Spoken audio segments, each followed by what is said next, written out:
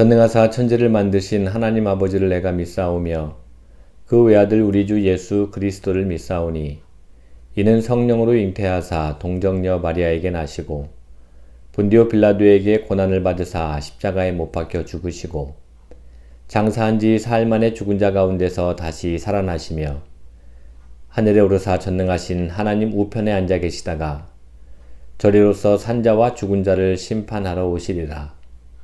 성령을 믿사오며 거룩한 공예와 성도가 서로 교통하는 것과 죄를 사하여 주시는 것과 몸이 다시 사는 것과 영원히 사는 것을 믿사옵나이다. 아멘.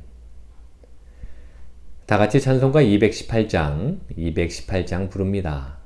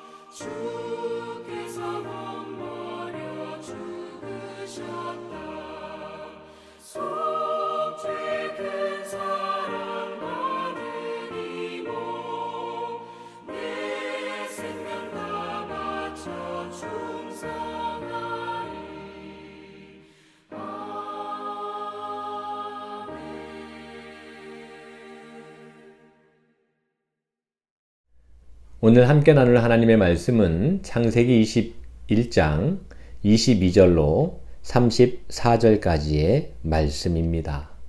봉독합니다. 그때의 아비멜렉과 그 군대 장관 비골이 아브라함에게 말하여 이르되 내가 무슨 일을 하든지 하나님이 너와 함께 계시도다. 그런즉 너는 나와 내 아들과 내 손자에게 거짓되이 행하지 아니하기를 이제 여기서 하나님을 가리켜 내게 맹세하라. 내가 내게 후대한 대로 너도 나와 내가 머무는 이 땅에 행할 것이니라. 아브라함이 이르되 내가 맹세하리라 하고 아비멜렉의 종들이 아브라함의 우물을 빼앗은 일에 관하여 아브라함이 아비멜렉을 책망하매 아비멜렉이 이르되 누가 그리하였는지 내가 알지 못하노라. 너도 내게 알리지 아니하였고 나도 듣지 못하였더니 오늘에야 들었노라. 아브라함이 양과 소를 가져다가 아비멜렉에게 주고 두 사람이 서로 언약을 세우니라. 아브라함이 7 암양 새끼를 따로 놓으니 아비멜렉이 아브라함에게 이르되 이 7 암양 새끼를 따로 놓음은 어찌미냐. 아브라함이 이르되 너는 내 손에서 이 암양 새끼 7을 받아 내가 이 우물판 증거를 삼으라 하고 두 사람이 거기서 서로 맹세하였으므로 그곳을 부엘세바라 이름하였더라. 그들이 브엘세바에서 언약을 세우매 아비멜렉과 그 군대 장관 비골은 떠나 블레셋 사람의 땅으로 돌아갔고 아브라함은 브엘세바에 에셀나무를 심고 거기서 영원하신 여호와의 이름을 불렀으며 그가 블레셋 사람의 땅에서 여러 날을 지냈더라. 아멘. 반갑습니다. 한 주간도 하나님의 은혜 가운데 우리 교우들 지냈으리라 믿습니다. 오늘 우리가 함께 나눌 본문은 창세기 20장의 이야기와 연결되어 있습니다. 창세기 20장의 내용은 앞서 창세기 12장에서 아브라함이 애굽에서 겪었던 일과 유사한 상황입니다. 따라서 잠시 창세기 12장의 이야기를 되짚어 봅시다. 가나안의 최남단에 광야로 내몰린 아브라함은 그 가나안 땅에 기근 그리고 흉년이 들자 살 곳을 찾아서 이번에는 애굽이라는 먼 나라로 피난을 가야 했죠. 애굽에서의 상황은 더 심각해서 아브라함은 애굽 왕 앞에서 자신의 아내인 사라를 아내라 하지 못하고 누이라고 해야 하는 상황이 벌어졌습니다. 이러한 내용은 앞길을 지켜주시고 인도해 주실 하나님에 대한 아브라함의 믿음이 부족하다라는 것을 말하려는 게 아닙니다. 또한 소심하고 나약해서 아브라함은 아내를 지킬 만한 용기조차 없는 그러한 사람이라는 것을 말하려는 것도 아닙니다. 오히려 아브라함이 살던 시대에 당시의 나그네의 삶이라는 것이 어땠는지를 소개하고 하나님께서는 그 나그네의 삶을 결코 외면하지 않으시는 분이심을 증거하는 복음의 내용으로 봐야 합니다. 아브라함이 살던 시대는 부족 시대였습니다. 아직 국가의 법과 국제 질서가 바로 세워지지 않았던 시대였죠. 따라서 치안을 유지시켜주는 법이 없던 시대였기 때문에 각 부족들의 최대 과제는 외부의 침략을 자체의 힘으로 방어하는 일이었습니다. 식량을 비롯한 물자가 늘 부족했기 때문에 약탈을 위한 침략은 그만큼 빈번했다는 것이죠. 이런 시대에 정착할 곳이 없이 떠도는 사람들은 가는 곳마다 첩자로 의심받아야 했습니다. 또 어느 부족의 땅에 거주하기 위해서는 먼저 자신이 첩자가 아니다라는 것을 스스로 입증해야 했죠. 또 다행히 어떤 부족에게 거주를 허락받을 경우에도 남자들은 만일에 있을지 모를 후환의 가능성 때문에 대부분의 경우 죽음을 당하는 경우가 다반사였습니다. 반면에 여인들은 후환의 위험이 적고 또 출산과 노동력이 회복되었기 때문에 살려두었습니다. 지금 아브라함이 아내 사라를 누이라고 하는 이 상황을 통해서 성경은 우리에게 바로 이런 시대적인 배경을 소개하고 있는 것이죠. 이처럼 나그네로 비참하게 살아가는 아브라함이었지만 아브라함은 자신이 처한 곳에서 하나님의 마음과 뜻을 품고 그리고 의롭게 살아가려고 자신이 할 수 있는 최선의 삶을 다합니다. 나그네의 신분으로 가는 곳마다 아브라함은 하나님께 제단을 쌓았다라고 하고 여호와의 이름을 불렀다라고 기록해 놓은 것이죠. 하나님의 말씀에 따라서 스스로 나그네가 되어서 나그네로 살았지만 자신이 할 수 있는 한 더 이상 할 수 있는 방법이 없을 만큼 하나님께 제단을 쌓으며 여호와 하나님의 법을 지키며 그 하나님의 마음과 뜻을 아브라함이 살던 그 시대에 실현시키며 살아갔고, 그리고 그 결과는 하나님께 맡겼던 것이 아브라함의 삶의 태도였습니다. 그리했을 때 미약한 사람들이 자신이 할 수 있는 일을 다 하면서 하나님을 의지하게 될 때 하나님은 그냥 계실 수가 없고 반드시 하나님의 마음과 뜻을 펼치며 살아가려고 하는 그에게 개입하셔서 더 좋은 결과를 얻도록 인도하시는 현장이었습니다. 나그네로 애굽으로 내려간 아브라함, 그래서 그곳에서 나그네의 전형적인 모습으로 삶의 위기를 맞았지만 그 위기가 오히려 하나님의 일하심을 드러낸 주인공이 된 사건이 바로 창세기 12장의 내용이었습니다. 오늘 우리가 읽은 본문도 같은 내용의 말씀입니다. 아브라함이 그토록 구원하고자 했던 소돔과 고모라 성이 멸망을 당하고 맙니다. 아브라함은 이제 더 이상 그 지역에 머물 수가 없었습니다. 이후에 네게부 땅으로 옮겨가서 낯선 그랄이라는 곳에 거류하죠. 또다시 나그네가 된 것이고 이것은 곧 위험에 처하게 되었다라는 것을 의미합니다. 그리고 이 그랄이라는 곳에서도 애굽과 마찬가지로 자기 아내 사라를 아내라고 이야기하지 못하고 누이라고 해야 했습니다. 말씀드렸듯이 이것은 아브라함이 하나님에 대한 믿음이 약하다는 것을, 혹은 인간적으로 비겁하고 나약한 사람이다라는 것을 드러내고자 함이 결코 아닙니다. 누구나 공감하는 그 시대적인 상황, 더 나아가서는 나그네와 같은 인생의 비참함과 한계가 지속되고 있는 시대를 소개하고 있는 것입니다. 이 그랄 지역에서 왕이 아내 사라를 취하게 되었고 아브라함의 가정이 파괴될 위기에 처하자 하나님께서는 개입하십니다. 그리고 그랄 왕 아비멜렉의 꿈에 나타나셔서 이 왕에게 사형 선고를 내리시죠. 아비멜렉이 변명을 들어놓자 사라를 돌려보내고 아브라함에게 기도를 받으면 죽음을 면하게 될 것이다 라고 하나님께서 말씀하십니다. 이후에 꿈에서 깨어난 아비멜렉은 놀란 나머지 하나님의 말씀대로 행했을 뿐만 아니라 사라를 돌려보내고, 그리고 그러면서 가축과 종들을 예물로 같이 보냈으며 아브라함이 원하는 곳에 거주하도록 배려해 주었습니다.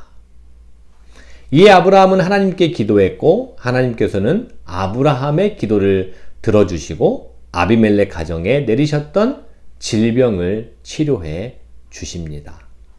이런 일을 겪은 아비멜렉은 정말 아브라함에게 여호와 하나님께서 함께 하신다라는 것을 알고 아브라함을 두려워하게 되죠. 그리고 아브라함과 좋은 관계를 유지하기 위해서 오늘 그를 찾아와 서로 사이좋게 지내자라고 요청을 합니다. 이런 요청을 받은 아브라함은 자신이 판 우물에 대한 소유권을 명확히 하는 증거물로 양 7마리를 주고 서로 불가침의 계약을 맺죠.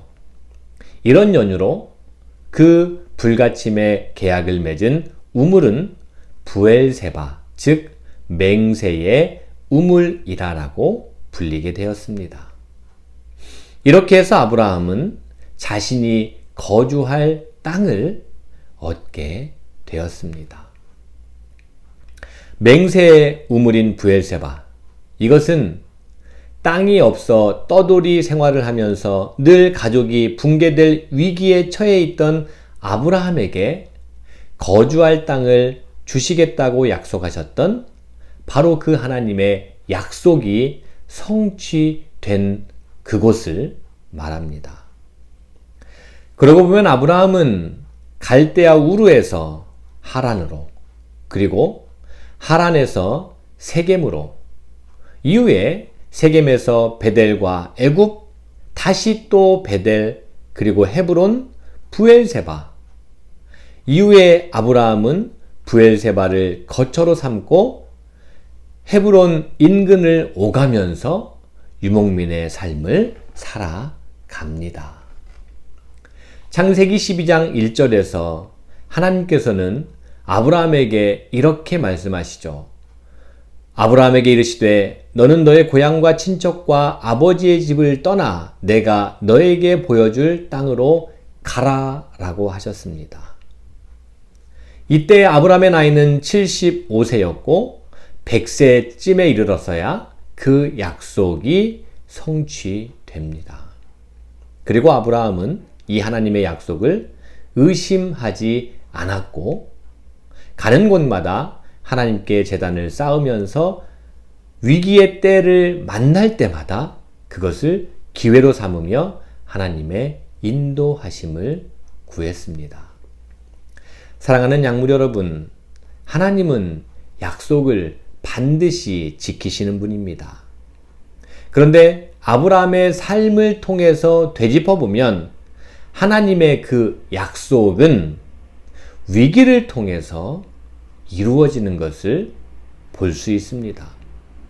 소돔과 고모라 지역의 전쟁에 참여하는 위기, 그리고 또 아무도 거들떠 보지 않았던 나그네를 접대한 이야기, 그리고 소돔과 고모라를 위한 탄원의 이야기들은 이것을 말해주고 있습니다. 아브라함의 인생의 사건이 위기가 아니었던 때가 없기 때문입니다.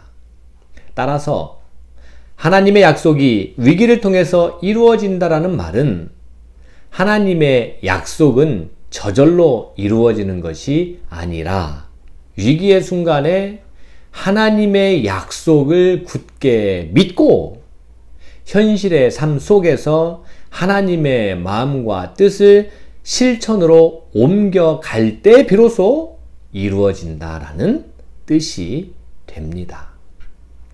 우리 앞에 놓인 인생의 수많은 장애물들이 있을 것입니다. 또한 신앙인으로 살아갈 때에 예민하고 민감하게 받아들여지는 부분들이 분명히 있을 것입니다. 그때마다 그것을 장애물로 여겨서 괴로워하거나 절망하는 것이 아니라 오늘 우리가 함께 읽은 아브라함의 이 위기의 때에 오히려 기회로 삼아서 하나님의 약속이 성취된 이 아브라함의 삶을 묵상하면서 위기를 통해서 그리고 위기를 이겨낸 후에 마침내 약속을 성취하시는 하나님을 꼭 만날 수 있기를 바랍니다. 아브라함의 하나님은 곧 나의 하나님, 우리의 하나님과 동일하신 분이심을 믿기 때문입니다. 고맙습니다. 주님 가르쳐 주신 기도하심으로 창세기 36번째 시간을 모두 마칩니다.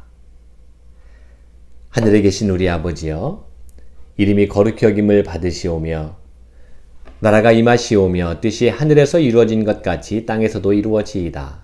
오늘 우리에게 일용할 양식을 주시옵고 우리가 우리에게 죄 지은 자를 사하여 준 것 같이 우리 죄를 사하여 주시옵고 우리를 시험에 들게 하지 마옵시고 다만 악에서 구하시옵소서. 나라와 권세와 영광이 아버지께 영원히 있사옵나이다. 아멘. 이번 한 주간은 특별히 우리나라에 두 번 다시는 뼈아픈 절망의 침략의 역사가 되풀이되지 않기를 기도하고, 그리고 더 나아가서 이 지구촌 안에 한 민족이 또 다른 민족을, 한 나라가 또 다른 나라를 약탈하는 역사가 이제는 종식되기를 함께 기도하는 한 주간이 되기를 바랍니다. 고맙습니다.